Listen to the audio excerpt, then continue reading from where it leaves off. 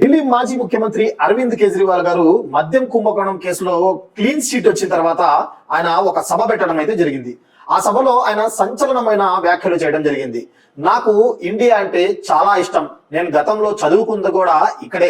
నేను ఐఐటిలో చదువుకున్నాను. నాకు మంచి ర్యాంక్ వచ్చింది.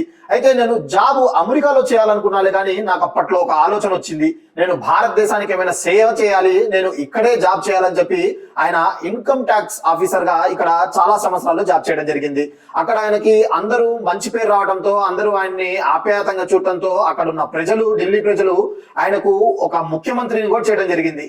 అయితే ఆయన ముఖ్యమంత్రి అయిన తర్వాత అక్కడ నరేంద్ర మోడీ గారు ఆయన మీద ఎన్నో ఎంక్వైరీ చేశారు, ఎన్నో నిందలు మోపారు, కానీ ఏది నిరూపణ అయితే అవ్వలేదు. అయితే అరవింద్ కేజ్రీవాల్ గారు ఏం చెప్తున్నారంటే, నేను 10 సంవత్సరాలు ముఖ్యమంత్రిగా చేశాను ఢిల్లీలో, నేను ఎక్కడైనా ఏదైనా నేను అవినీతి చేశానని మీరు నిరూపించలేకపోయారు. అదే మీరు నిరూపిస్తే నేను రాజకీయాల నుంచి తప్పుకుంటానని చెప్పి సంచలనమైన వ్యాఖ్యలు చేయడం జరిగింది.